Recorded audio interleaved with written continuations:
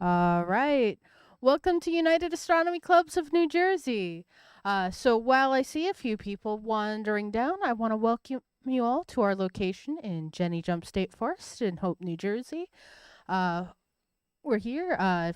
Big shout out to our peeps down at the state park office. Uh, an excellent place if you need to go if you want to go camping or hiking. A lot of they tend to send a lot of the campers up here when there's nothing else much going on in the campsites. Uh, wanna so while people are wandering down, uh, for those of you online, you can check us out on our website uacnj.org.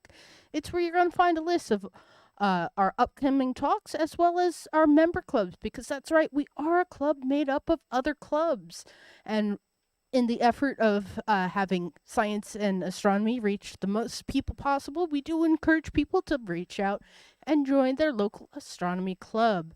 In addition, you can reach us on our social media pages, our Facebook, our Instagram. We have a Discord server which you can get your questions answered, answer questions from other people, and share your astrophotography images. Um, it's also on those is also where we post when we're going live, because that's right, we do live stream these presentations. We are currently live on Twitch and YouTube. So great way to support us is hit those free action buttons, the like and subscribe and follow, and it'll let us when we're going live. In case you ever can't make it out, it's a great thing to watch. So, for all of you who have joined us here, we now have the safety briefing. It is unescapable. If you need to use the restroom, that is the porta potty in the back that I need to turn the red light on because I forgot. Never mind, for our volunteers, it's going to do that for me. After the talk, because unfortunately I can't be in two places at once, we do have a little museum and gift shop area, which feel free to peruse our meteorite display, a whole bunch of other interesting tidbits to look in there. In addition, when we are going to leave, we are using our headlights because we do not like getting run over. I am sure you feel the same way. No one needs those medical bills in the United States. Let's avoid the medical debt and the paperwork. Mostly I don't want to do the paperwork. If we are walking around with any flashlights, do keep those pointed towards the ground, because we don't need to accidentally blind someone with the super bright LEDs or phone screens, because then it also makes it harder for you to wander around because you've lost all your night vision. So, what you're here for is not the safety briefing, but tonight's talk, which is debunking common conspiracy theories. Brought to you by Paul Fischer. Paul Fischer has a bachelor in engineering and chemical engineering from Stevens Institute of Technology and has worked in the environmental and chemical industries. Though always interested in celestial objects, Paul's official start in amateur astronomy was a cold night on a roof in awkward positions, finally catching a clear glimpse of the Jupiter's Galilean moons.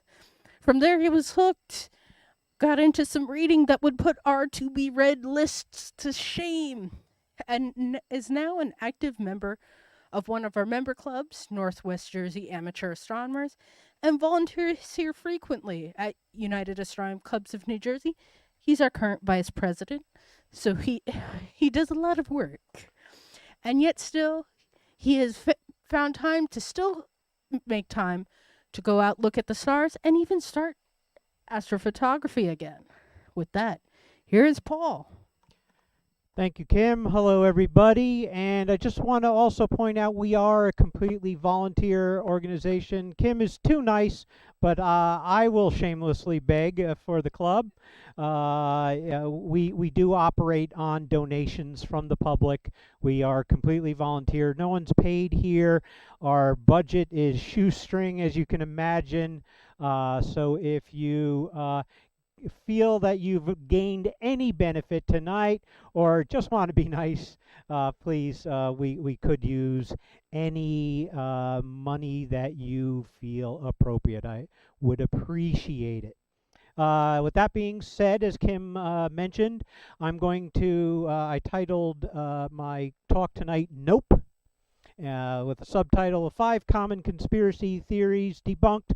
And these are astronomy related conspiracy theories. I'm not taking on conspiracy theories as a general topic, just some of the more astronomy related ones.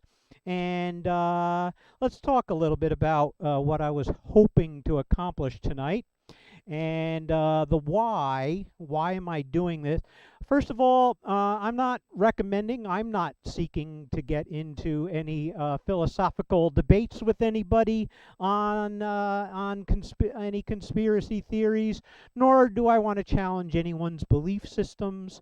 I simply wanted to pursue and elevate my own game. There are some conspiracy theories related to astronomy topics, and I wanted to understand my own understanding better so that I can feel confident if I ever have to, defend it, but just defend it to myself.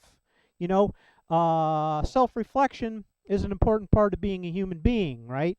Why do we think things? And we have to say, hey, why do I think about that?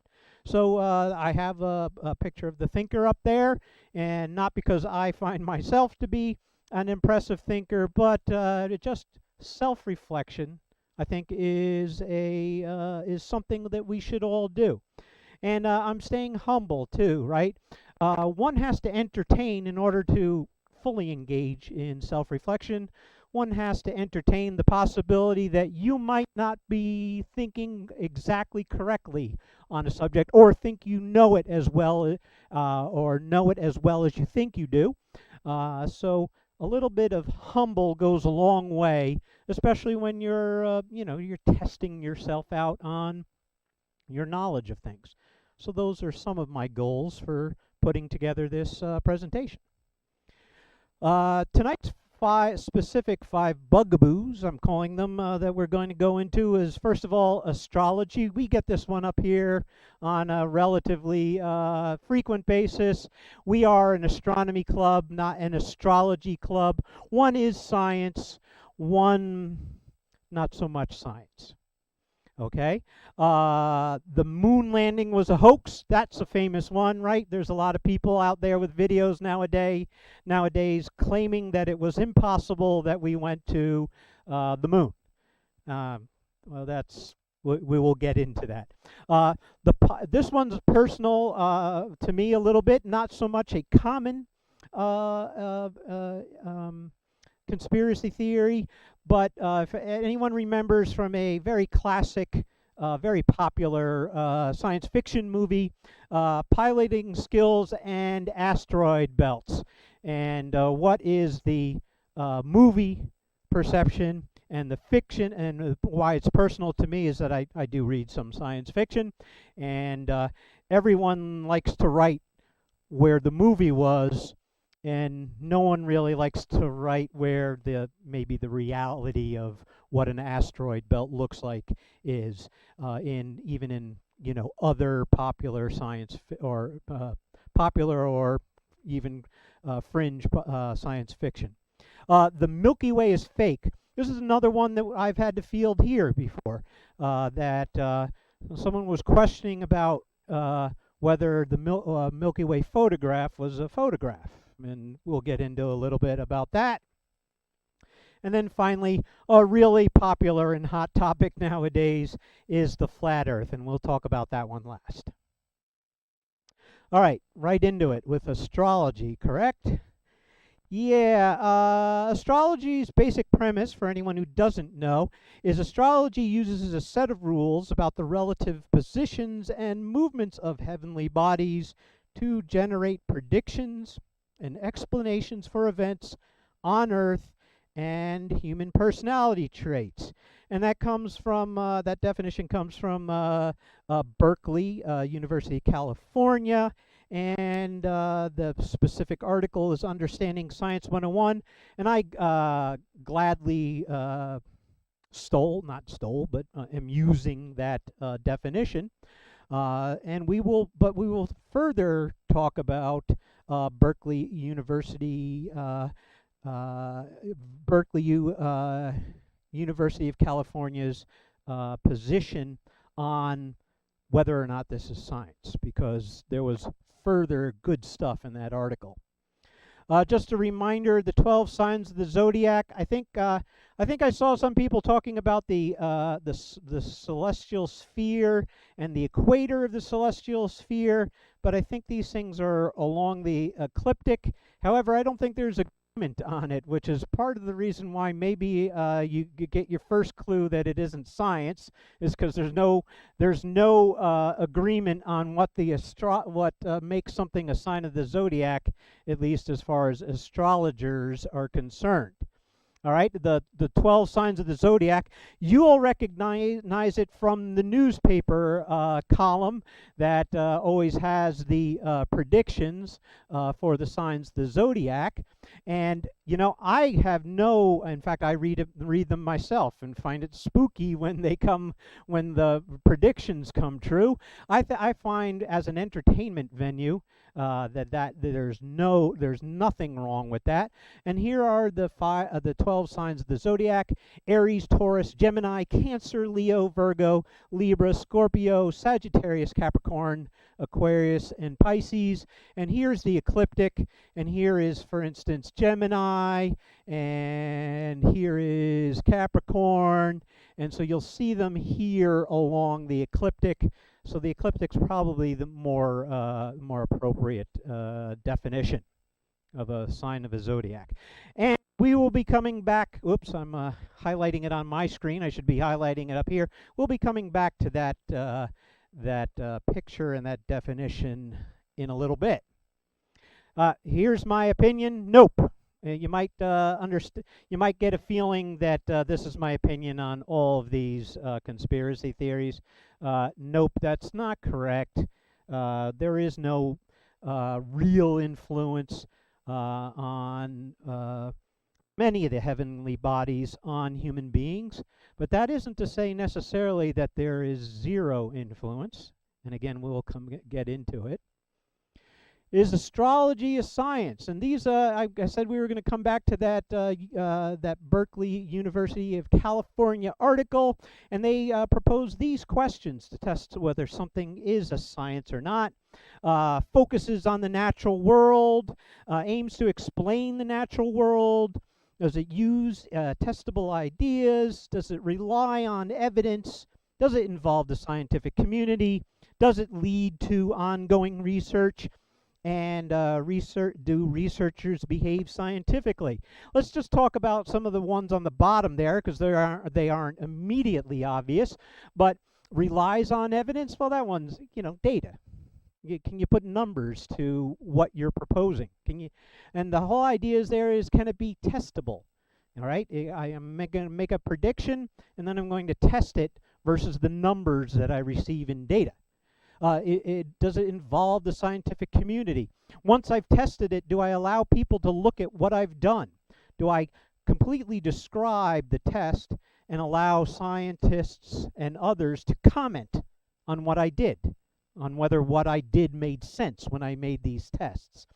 Does it lead to ongoing research? In other words, did I come to my conclusions, present my conclusions, and then say, hey, we don't know these things, even though I did those tests.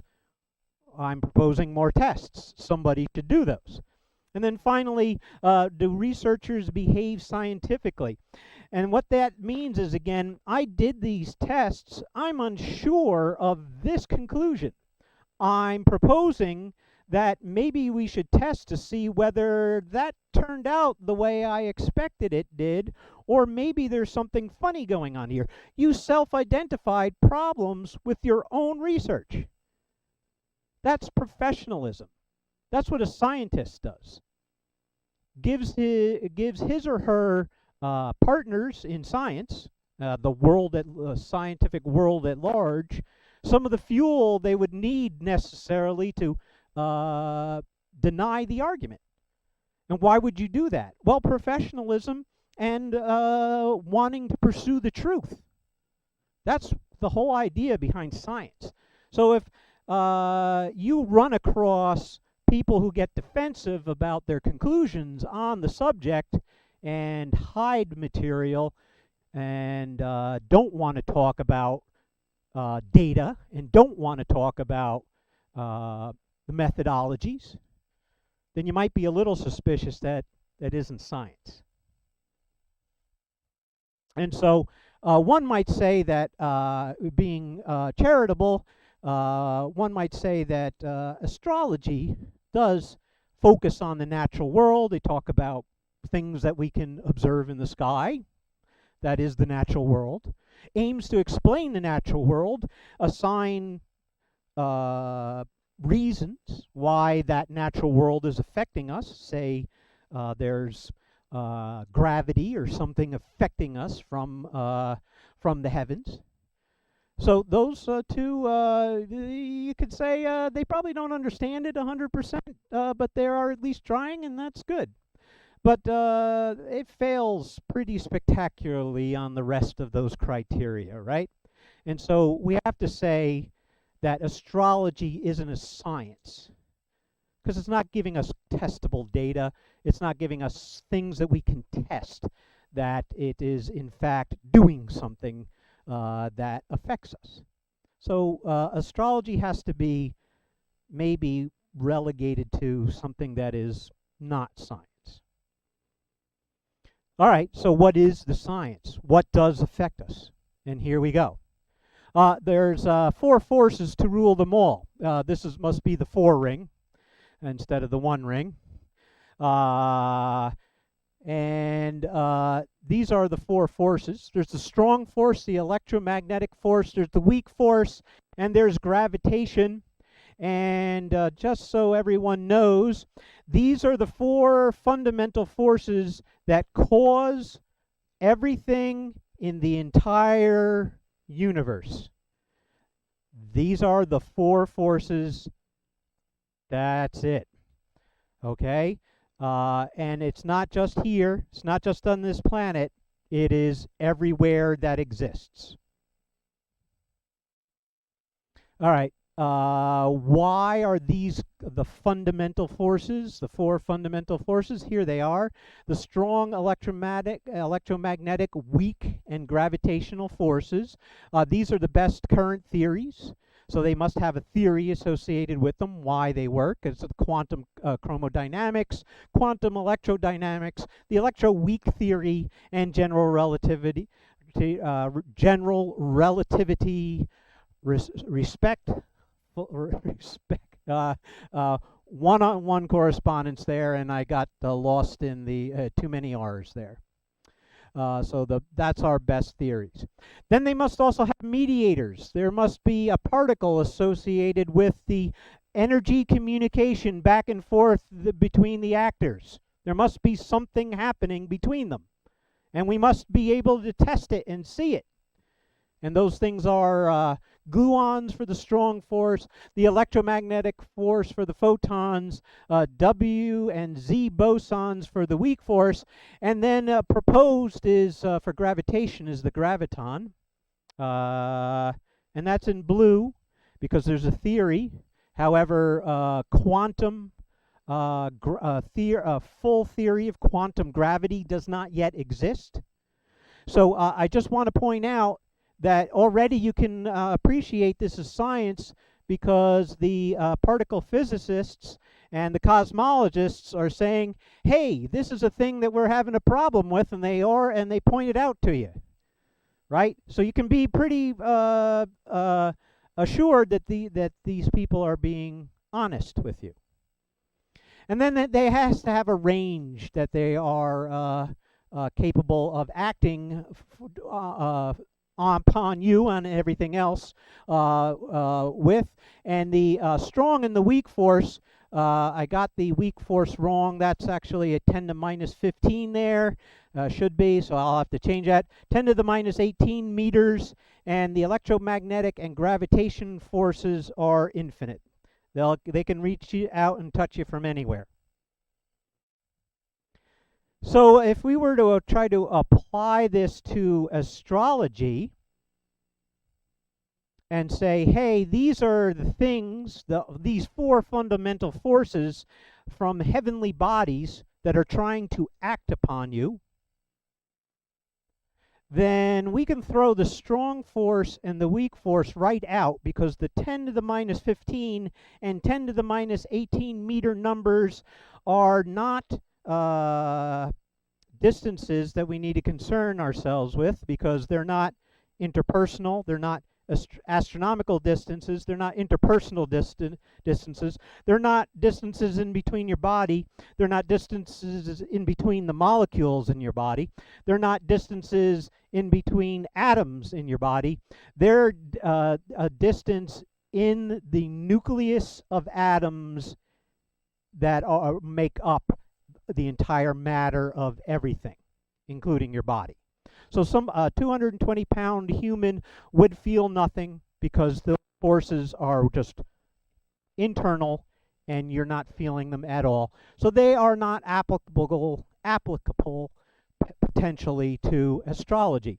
So that leaves the two other fundamental forces in the universe. There is the electromagnetic force, and there is gravity.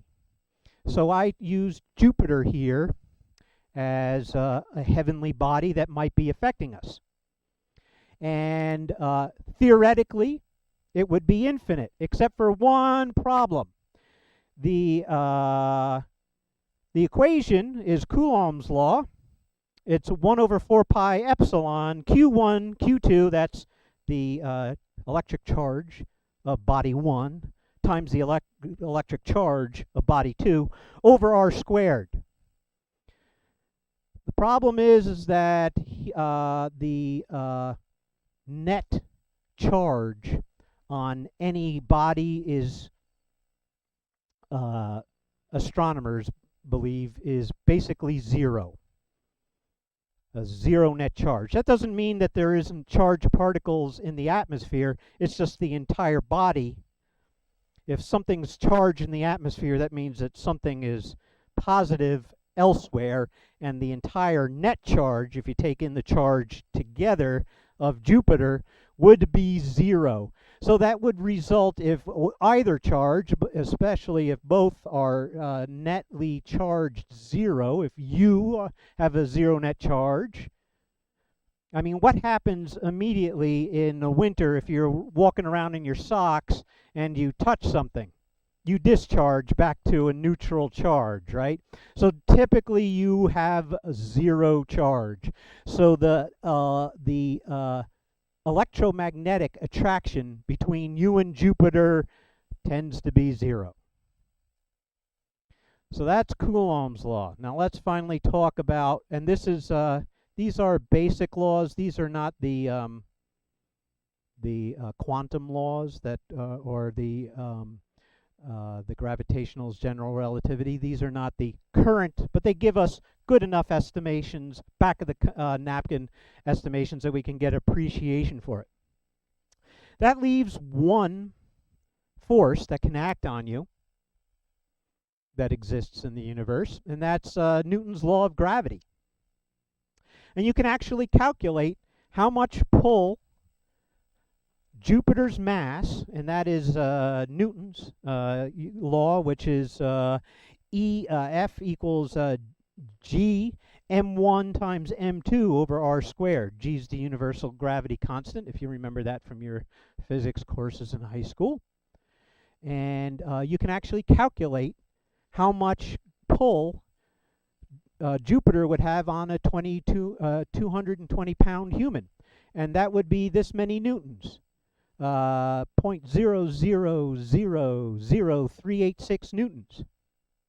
That's kind of cool. There's an actual measurable well, whether it's measurable or not, but there's a theoretical gravitational pull on Jupiter to you. So that's cool. There's something there. Here's the problem, though. holding a piece of paper aloft in the air would give you a force that is 1,000 times plus greater. The force required to hold a piece of paper up is 1,000 times greater than the force Jupiter has on you from gravitation. So therefore, if it's there, and it's there because it's, you know, it's real, it's gravity from Jupiter, but if it's there, you're not going to feel it because it's 1,000th the weight of a piece of paper. So it's just not really there. It's there, but it's not really there. It's not something you'd notice. So that is the long and short of why astrology really doesn't have any teeth to it. There's no real effect on your day-to-day life as a human being.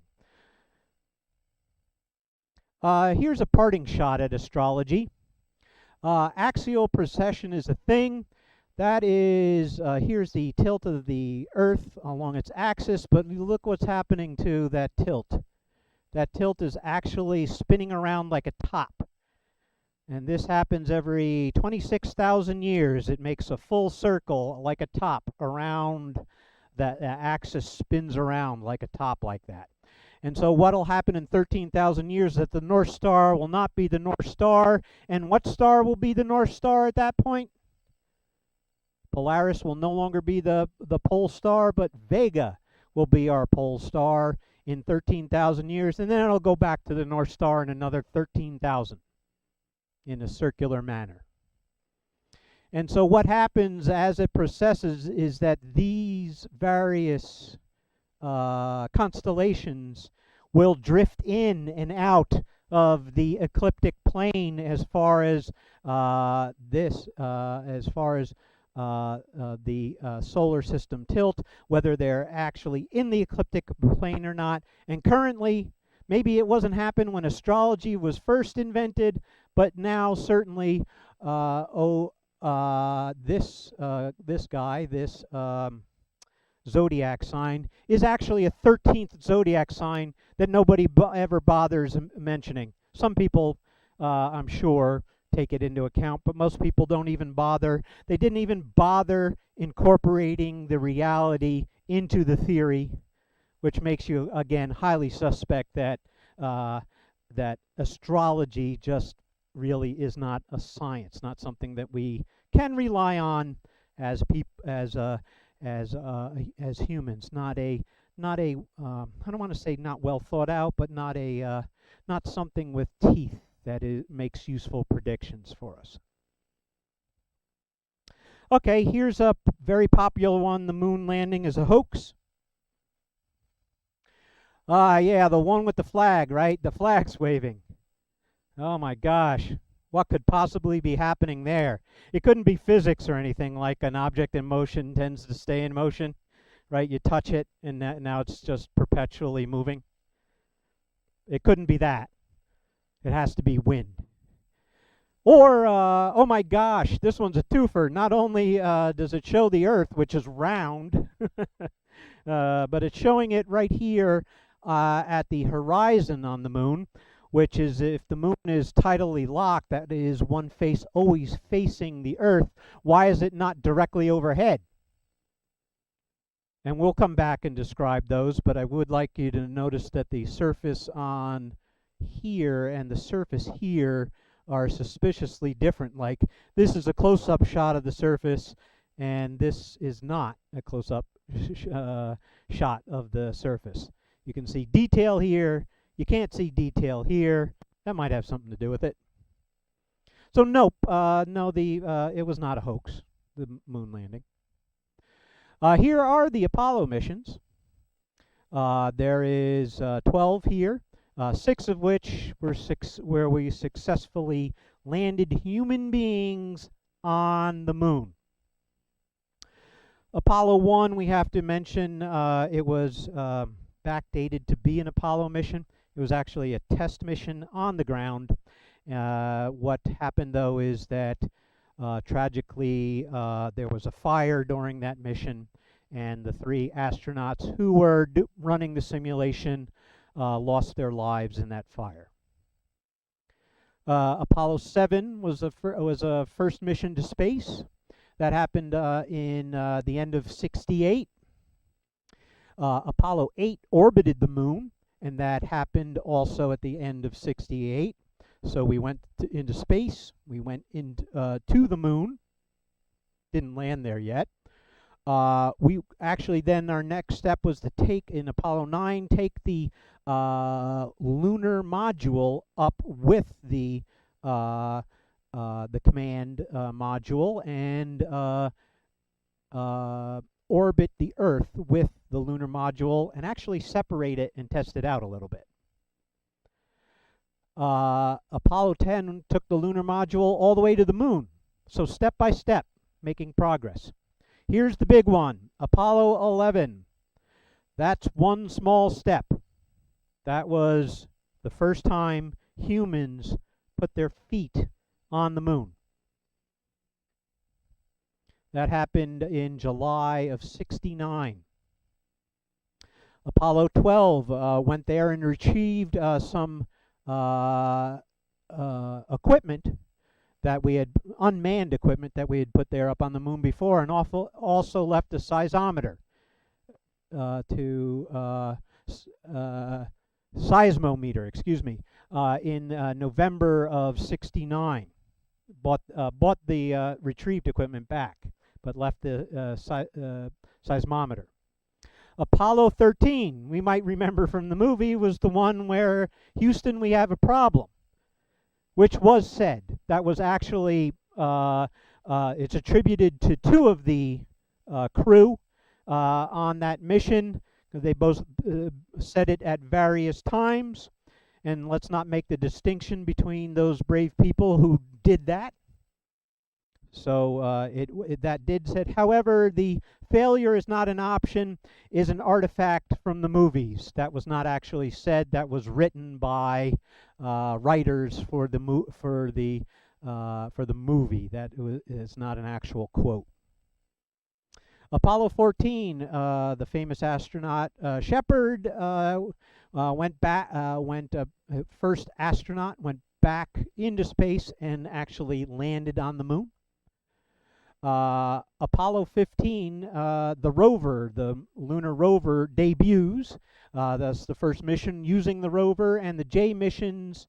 These are missions that had the instrumentation, had the space walking technology to allow the astronauts to go out on the moon's surface more frequently. Apollo 16 did the same thing Apollo 15 did with that J mission, a longer excursion type of program. However, they did have a problem on the way back, a minor problem that required a spacewalk. I think something was left in the lunar module. And finally, August, Apollo 17th, it was the longest exploration, and it was the last manned mission to the moon ever. That happened in in December of '72. So that's the actual history. So who else? I mean, let's talk about who else has been there. I want you, this is the 250,000 mile club. The people that have been to the moon are the entities, the countries that have been to the moon. Who has landed on the moon? The Soviet Union got there first. It wasn't they actually had the first soft landing. They had the first landing ever. They put the first man-made object on the moon. They also had the first soft landing. The United States followed very soon after the Soviet Union, in a matter of months, for the second soft landing. And then the United States has the star because it now currently has the most soft landings on the moon, and currently is still the only country to ever put people on the moon. China, India, and Japan have also had landings on the moon. Who has orbited the satellites around the moon? At this point, who hasn't put satellites around the moon. In the 20th century, it was mostly, again, the Soviet Union and the United States, although Japan had some satellites in the 1990s, as early as that. And in the 21st century, many countries have completed successful missions to the moon. So I just want to point out here, if one is still being conspiracy-minded about the landing on that the Soviet Union and China have had many successful missions to the moon, and man, would they be telling us if they found out that the United States had lied about its successes with the moon, right? If they were looking down and they didn't see a rover where we said there was a rover, we would have heard about it. All right, some more evidence. A flyby in 2011 called the Lunar Reconnaissance Orbiter. This isn't a flyby by the orbiter. The orbiter's there anyway. It actually did a specific low iteration of its orbiting to capture these photos.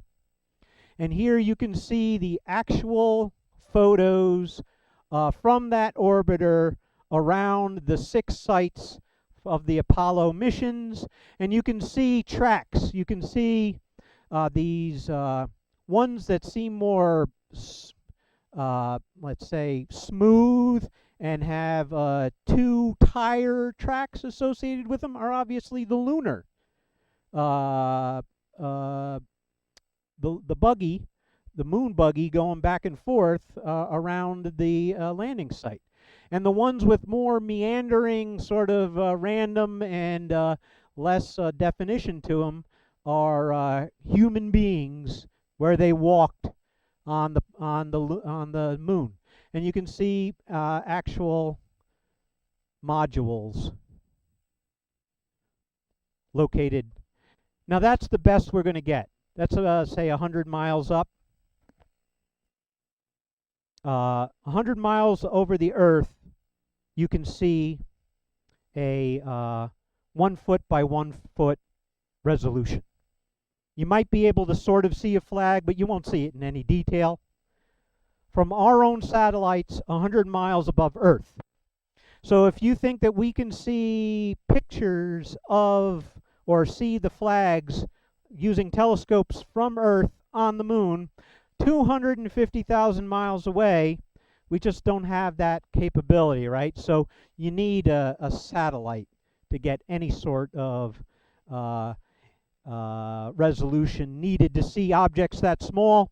I think I didn't include them, but there's also, I think, slightly better resolution pictures from one of the Indian satellites that are currently going around the moon. All right, here's another reason to believe in to not believe in the conspiracy theories, because Buzz Aldrin might knock you out if you do. Famously, on September 9th, 2002, Buzz Aldrin, 72 years old at the time, punched Bart Sibrel in the jaw during a confrontation with Sibrel outside the Lux Hotel. Sibrel tried to press assault charges, but the court threw out the case, calling Sibrel the instigator, and he was. He got in Buzz Aldrin's face. He lured him there under false pretenses, was very loud and very angry with Buzz Aldrin about his conspiracy theories, calling Buzz Aldrin a liar and other nasty stuff. And just Buzz Aldrin did not instigate the issue. He just didn't lash out angrily for no reason. There was mitigating circumstances. All right, here's another reason. Design is a public record. I just want you to appreciate some of these drawings. These are hand drawings to scale of the cone assembly here and here, of the interior configuration of, I think that's the control module, a comparison for this is how big the module is compared to the 3-person crew for the entire assembly, and the lunar module, the 2-person crew. 1 person stayed in the command module, you might remember, and 2 people went down to the moon. And here's a schematic type of blowout drawing of the lunar module controls and displays. There are thousands of these drawings handmade. I did some drafting as an engineer. I just want to tell you the amount of man hours required just to produce one iteration of one of these drawings is significant. There are thousands of these drawings that are a matter of public record. Not to mention, I downloaded one of the manuals for the Saturn V flight rocket. 254-page document filled with data and graphs and all sorts of instructions, multiple revisions on that document, thousands of those documents. Just imagine the amount of effort hours required to put all that engineering together. Just want the size of this conspiracy. Some people estimate at 400,000 people at some point, in one way or another, were involved in putting humans on the moon. Imagine a conspiracy proposing that there's a conspiracy that size. How long would have that conspiracy lasted? 400,000 people. None of them talked ever. Still a conspiracy? Come on. That didn't happen. 400,000 people stayed quiet for, what is it now? 80 years? I'm getting that wrong. 50 to 70 years. All right. You got to remind humble but proud. As United States citizens, this is one of our crowning achievements. Stay humble but proud. We did that. We as a society did this. You have to have a little pride and ownership in that, and you got to fit it into your to your headspace a little bit. I mean, just the effort and the guts required by the astronaut, the entire NASA team, and us as a society. You got to have a little pride in that. Right? And just so you know, here's a trick that conspiracy theorists will use sometime. Who is that? Taking a step down right there. Anyone? Yeah, everyone will say Neil Armstrong, and the conspiracy will say things like, who's holding the camera?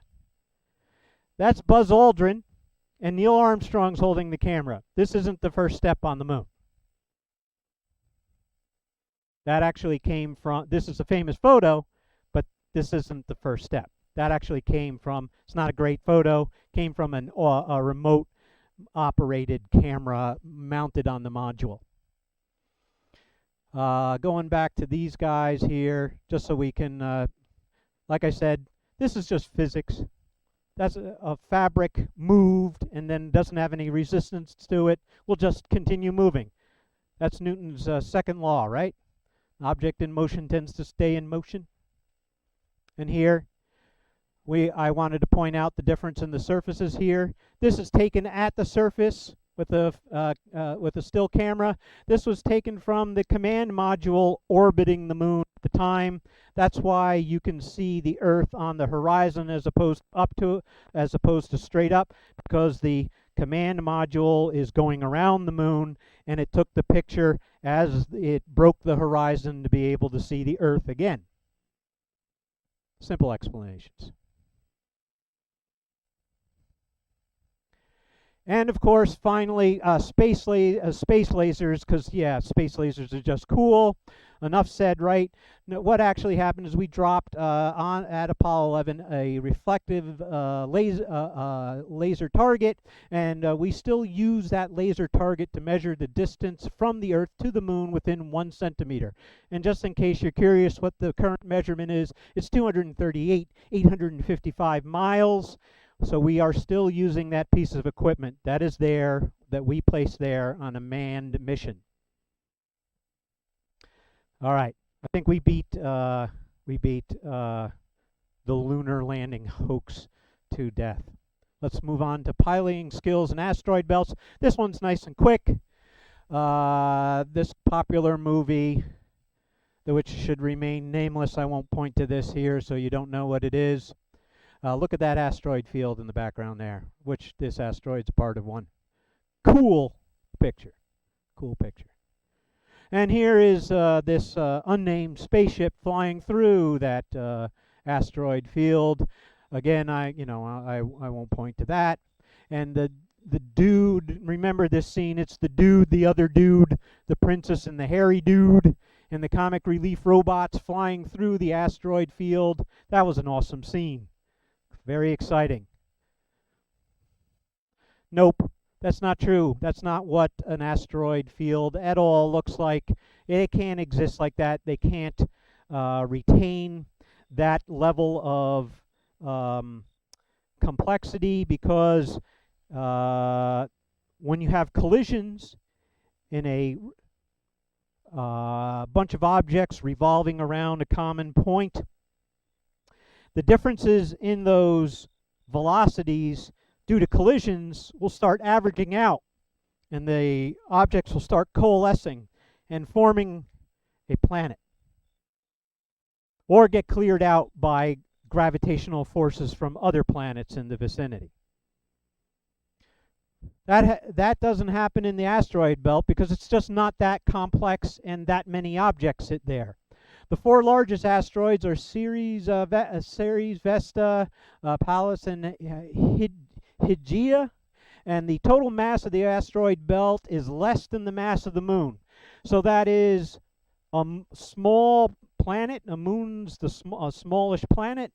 It's less than that, spread across the size of the asteroid belt. The asteroid belt is about 2.2 to 3.2 AU. That's 204 million miles and 297.5 million miles. 200, yeah. That's a long way to spread out a small object. The asteroid is located between belt is between Mars and Jupiter. Trojan asteroids exist also. These asteroids precede and follow Jupiter in its orbit, and we are also interested, of course, in NEOs, near-Earth objects. They can also be called NEAs, near-Earth asteroids that intersect Earth's orbit.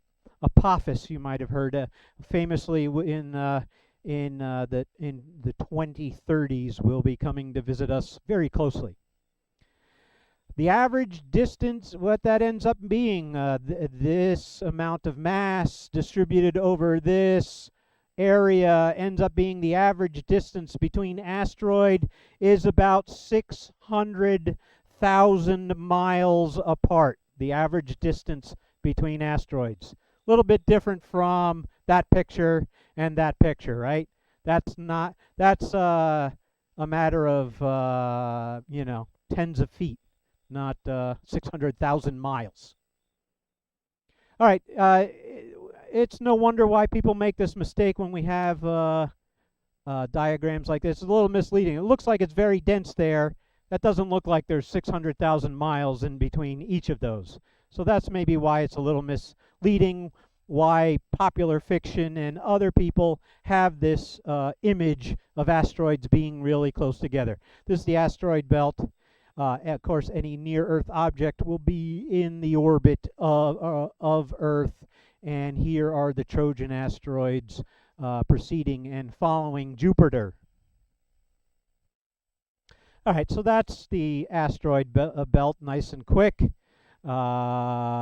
the Milky Way is fake. Again, this is one that I've actually had to field here. If the assertion was that we don't have a photograph of the Milky Way, then yes, can't say nope to that question, but that isn't the question. So no, we do not have pictures of the Milky Way outside the Milky Way. We just got outside of our own solar system.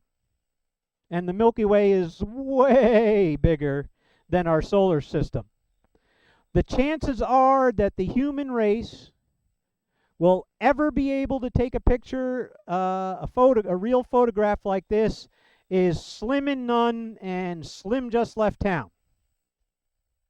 We will most likely, almost 100%, won't be able to ever take a picture that looks like that, a photograph.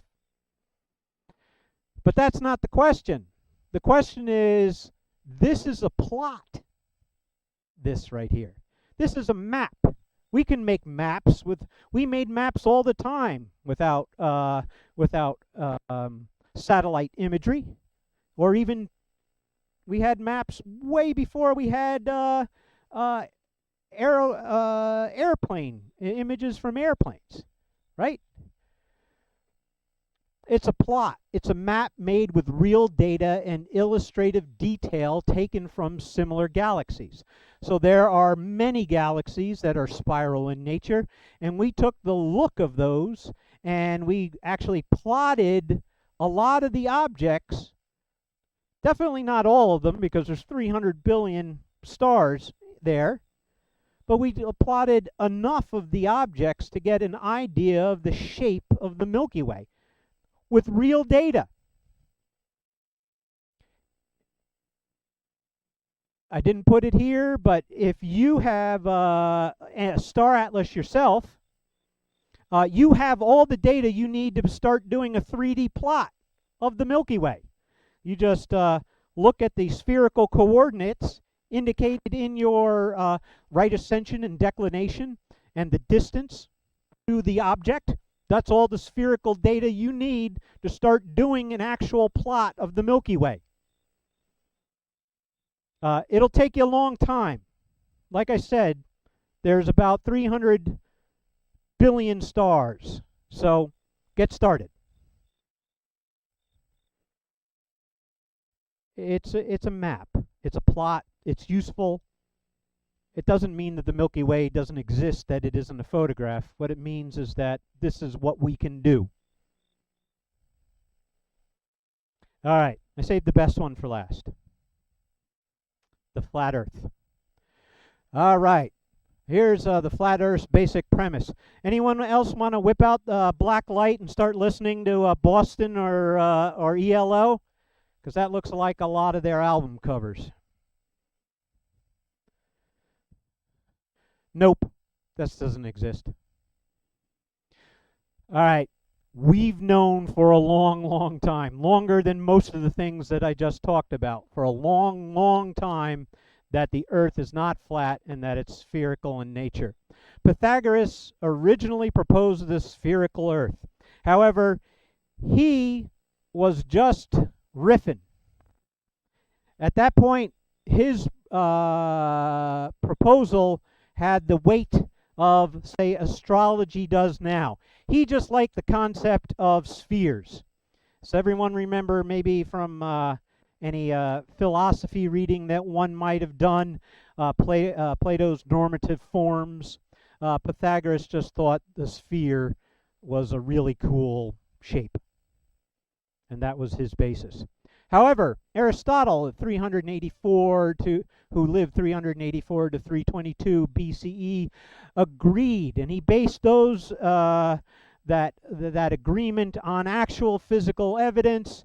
It included the elevations of constellations at various latitudes on the Earth. He also included the disappearance in his arguments of ships over the horizon. So those arguments have been happening for a long time. I looked up how to pronounce his name and I completely forgot it. I think it's Eratosthenes of Cyrene, made measurements of the angle of shadows at the summer solstice in Sain, which is now Aswan, Egypt, and Alexandria, Egypt.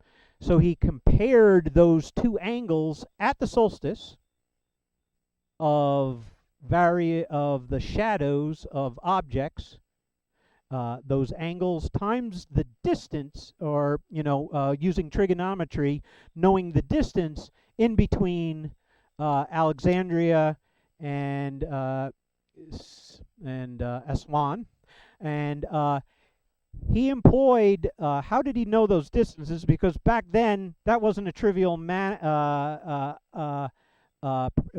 pursuit to know the distance between two cities. He used bematicists, which are measured walkers. They train to walk in a measured pace to determine the distance between the two cities, and that distance ended up being 250,000 stadia. That is the length of a stadium. And his results, which was between 240,000 and 24,000 and 29,000 miles, agrees well with the modern measurement of 24,900 miles. So he, in just after, I believe, 300 BC, got the measurement of the circumference of the Earth correct. We knew with measured accuracy the circumference of the Earth.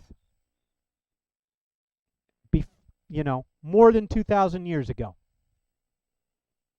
All right, a NOPE corollary. Okay, so some people think that Christopher Columbus didn't know the Earth was a sphere. He just proposed it and sail to prove it.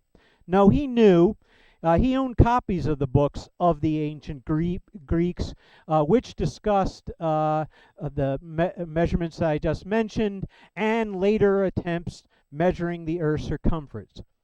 Most learned people believe that time, from the Greeks to the mid 18th century, believe the Earth was a sphere for most of our history, that is. A modern resurgence of flat Earth thinking didn't come back, it says here, not the 18th century, until the 19th century. All right. So the idea that we were thinking like the flat Earth is a long storied history is not true. It's actually a relatively modern invention, or reinvention, after we learned that it was a sphere. All right. So here's some photographic, or at least engineering data and evidence that the Earth is a sphere. To account for the curvature of the Earth, the towers on the Humber Bridge are 36 millimeters further apart at their tops than their bases. That means up here to over here, 36 millimeters longer than from the base, from here to here. That's to take into account the curvature of the Earth. Let you know why we can't perceive it. That's how big the Earth is, that the difference between here and here, between up and down, over this distance, the difference is only 36 millimeters. All right, so we can't see it sitting here on the ground. Just can't see it. That's why people don't believe it now, I guess, popularly. Here, however, Lake Pontchartrain, we can see it. These towers go off in the distance. And you can see at the end there, definitely curving and going down over the curvature of the Earth. These towers are also all built plumb. So they stick out radially from the Earth. Each one, the top is a little further apart than the bottom. And it does show the curvature and the difference that makes over very long distances, where we can now actually perceive it. Here's that gentleman from Flat Earth WS that did this this first slide here, who also did an actual write a little more descriptive of that Lake Pontchartrain effect. Here we would have a vanishing point that's above the horizon. Here we can actually see the curvature of the towers going down, sinking below the horizon. All right, so that's the flat Earth. Here's another one. Here, another reason why the flat Earth. That circle is great, and for some reason I wanted to put a tiger here when I said great.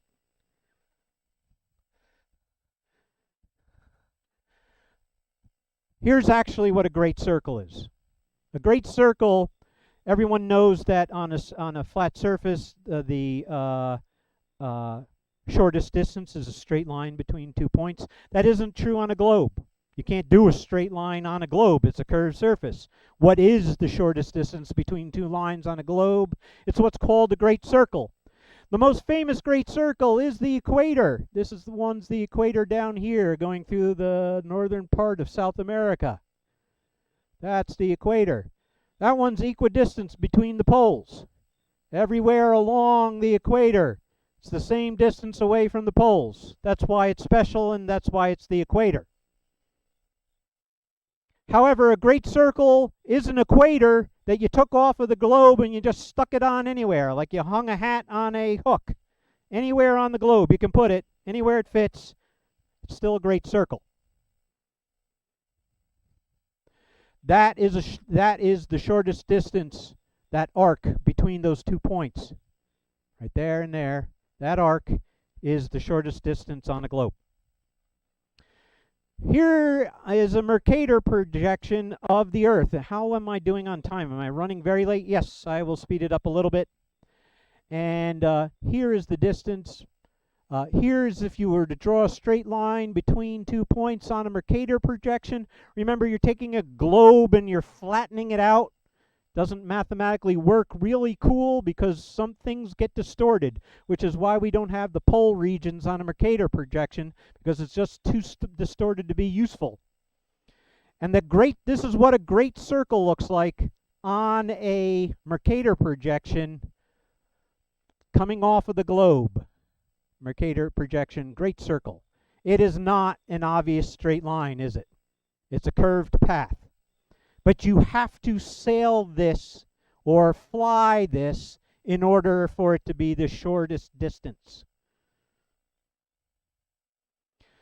So here's a scenario. You're going to go, you're a flat earther, and you're going to go present to a CFO in at United Airlines.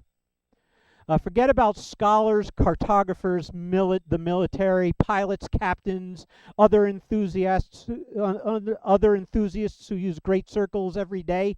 The airline industry alone is projected to spend over $600 billion on fuel in 2024 alone. Imagine a flat Earth proponent sitting down with the CFO of, say, United Airlines and suggesting that she change her airline's great circle routes to straight line routes because the Earth is flat. In other words, I want you to spend more money on fuel. That isn't the flat Earth's contention, but the CFO, being a smart person, knows that they're already flying the most efficient route to save fuel. And so that person would be laughed right out of the room. It's a physical reality. You wouldn't be... Airlines already know that the great circles are the most efficient routes. This curved path that exists because you're taking a globe and you're flattening it out on a Mercator projection is the most efficient route, and so therefore you would be laughed right out of the room if you were to try to make that proposal. And And photographs from space, of course. Here's a very famous one above the International Space Station, which we can see from the ground here. We see it fly overhead all the time. You can see at this distance, not standing on the Earth, but from this distance, you can easily see the curvature of the Earth. And then here is probably one of the most famous pictures of the Earth. We're close to ending now, Kim. The pale blue dot. This is the Voyager as it was leaving the solar system, turned around and snapped this photo. See that light blue dot right there? That's Earth, that circular dot, tiny circular dot. That's Earth. And Carl Sagan famously wrote, "Look again at that dot. That's here, that's home, that's us. On it, everyone you love, everyone you know, everyone you've ever heard of, every human being who ever was, lived out their lives. The aggregate of our joy and suffering, thousands of confident religions, ideologies, and economic doctrines, every hunter or forager, every hero and coward, every creator and destroyer of civilization, every king and peasant, every young couple in love, every mother and father, hopeful child, inventor and explorer, every teacher of morals, every corrupt politician, every superstar, every supreme leader, every saint and sinner in the history of our species lived there on a mote of dust suspended in a sunbeam." Carl Sagan, the pale blue dot. I will not attempt to gainsay the obvious love and wonder of that which is conveyed by one of our greatest science communicators, Carl Sagan. So I'm just going to leave it there and add nothing further myself. If he can't convince us, I won't be able to. Join an astronomy club, everyone, and stay safe. Everyone, enjoy your evening. All right. Thank you, Paul. So, some people in the crowd, I'm sure, were wondering what all the racket was. Apparently, Mountain Lake had a fireworks display about I think it was due to their fire department or car show. Ah, perfect. So someone knows what's up. But yeah, we had fireworks display apparently in a neighboring town. All right, so what's going to happen is we have a question and answer session. But because I saw a number of you sneak in after the safety briefing, we do need to go over it again. If you need to use the restroom, that is the porta potty in the back. It is illuminated by red now, thanks to my volunteer coworker. You are also welcome to check out our little museum area and gift shop through this doorway, also illuminated in red. It is very cloudy, so I don't think we're going to have any telescopes open. Yeah, no, it looks solid clouds. But also check us out on our hold on. There's where I was. When we are going to leave, use our headlights. We don't like getting run over. The paperwork's just far too much for that sort of nonsense, so let's avoid that. As we are walking, if we have any flashlights or like using our cell phones to walk around, try and keep those lights pointed towards the ground, though, because we don't need to accidentally shine them directly into someone's retinas. All right. So how question and answer works here is for the people here. You're going to raise your hand and wave it about until I come and hand you the microphone, because if you have the question, chances are someone else, and we would like our online audience to hear the question. If you put your hand down or don't wave it about, my vision's mostly motion activated. Since I have no night vision, I've been staring at a screen moderating online chat. So please help me out. Our online chat, you just get to type and have the easy job. So let's start off with our first online question. And that was, what is your sign? What is my sign? I am a Libra, and as I said, for entertainment purposes, I fully endorse taking a look at at the astrology column or whatever people look at nowadays, social media. Just, don't believe that it actually influences you, but do be shocked and amazed when the predictions come true, and get that that feeling of, wow, that was kind of freaky or cool or whatever. That's an appropriate use of astrology predictions. I'm an Aquarius. All right, I see a question out there. But our online audience won't be able to hear. Good good evening. How are Good evening. My name's Butters. As in South Park. My last name's really Oh, long. okay. It's So hi, Butters. Buttermovich, but they call me Butters. It's just easier that way. My quick question is, I believe we were on the moon, and I know we had the rover, but what was it propelled by? Like, what was the propulsion? Is it I don't know the propulsion of my first guess would be electric, okay. but I don't know. I So was gonna say if it was these documents are, however, available. NASA does have a lot of engineering specifications, documents, all that type of stuff online. Fully encourage you to engage the source on this material. All right. The reason I bring that question up is because if it was like a combustion engine, I know that the air to fuel ratio would be a little bit different.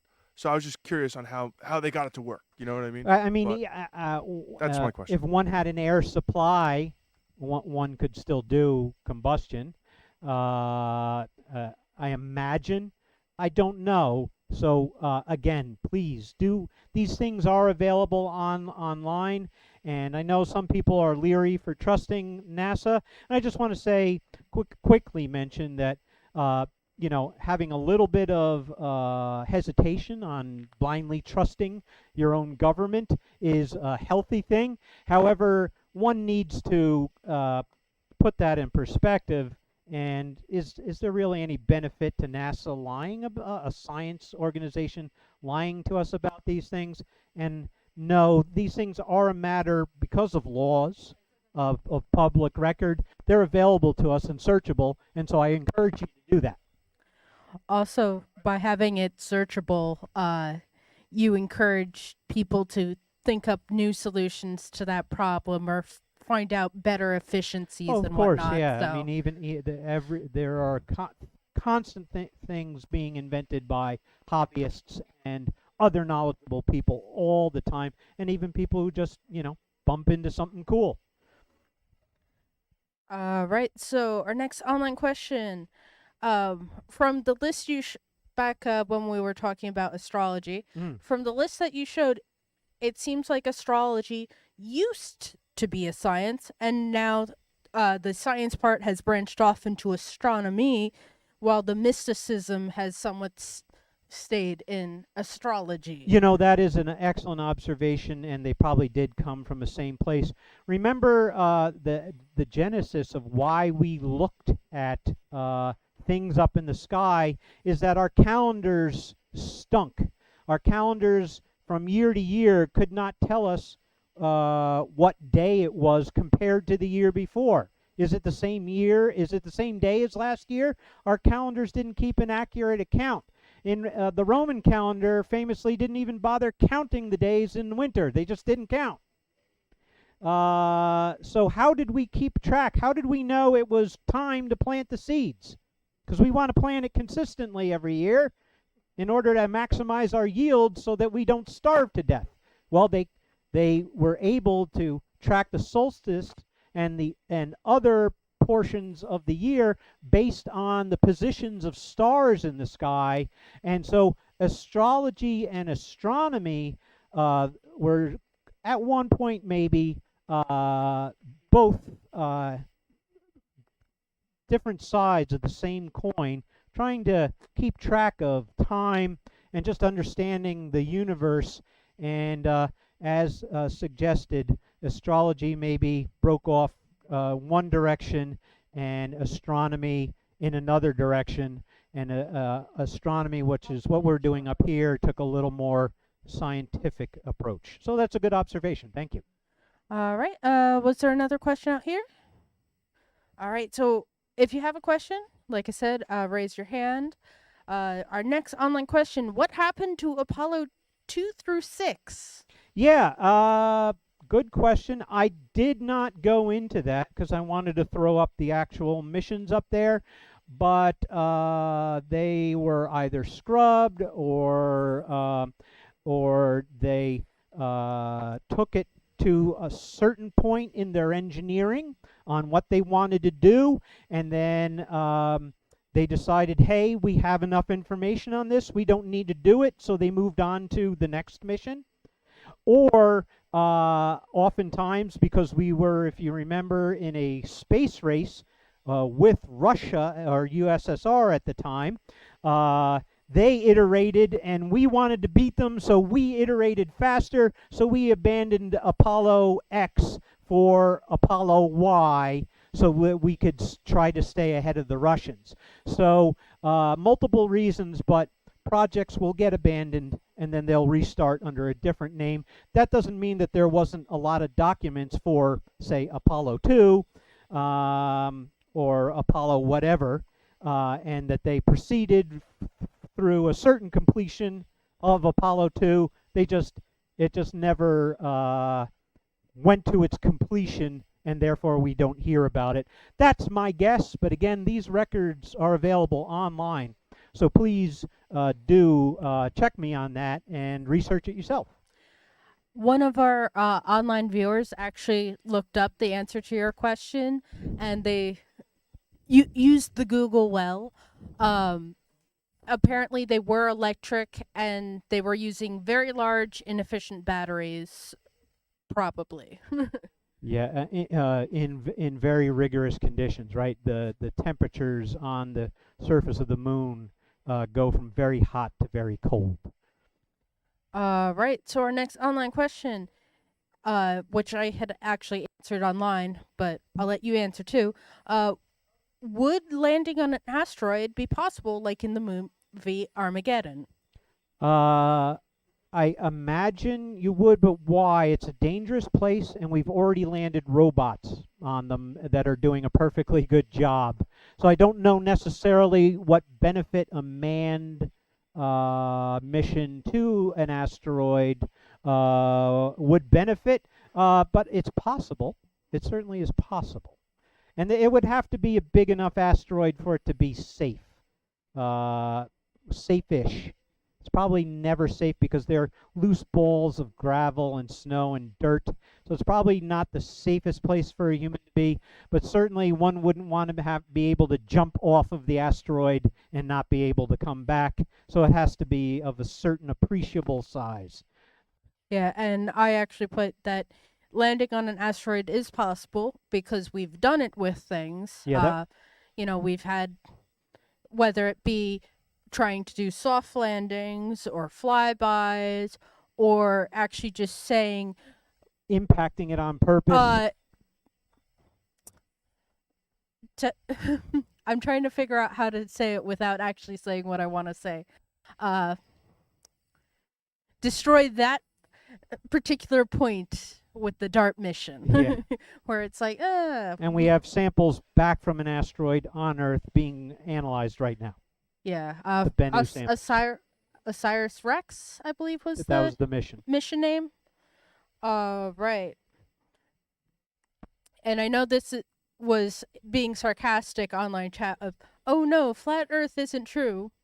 And the answer to that was no, otherwise cats would have pushed everything off the edge. Yeah, there's a lot of good jokes about some flat Earth theories out there, and they're funny. At the same time, though, one does want to stay humble and certainly respect other people, their opinions, to the level of respect you feel is appropriate.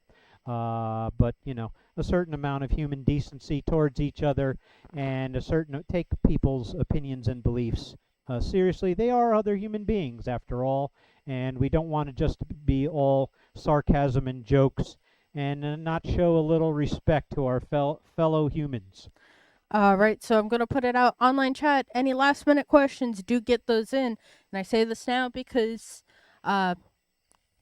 stream delay is a thing when you're live streaming. So by the time we've moved on to the next thing, our online chat is finally seeing what I've already said. Were there any questions out here? I hear lots of crickets, but luckily no more fireworks. They're real crickets, not necessarily the figurative ones in an empty symphony hall. Yeah, that's why it's funny. We're in a state park. We there are are in bugs. a state park with real crickets sounding right now. It's kind of nice and relaxing and chill. But again, I want to thank you, Paul, for a great talk. Thank you. I want to thank everyone who has joined us not only here, but also in online chat. Don't forget, if you have any questions, feel free to. We do post our presentations. We keep them archived on our YouTube for VODs. So if you ever missed something or want to go back to something or see a past present, you've checked out our list on our website, uacnj.org, and you're like, man, I really wish I had seen that presentation. You can actually go back in time and watch that on our YouTube.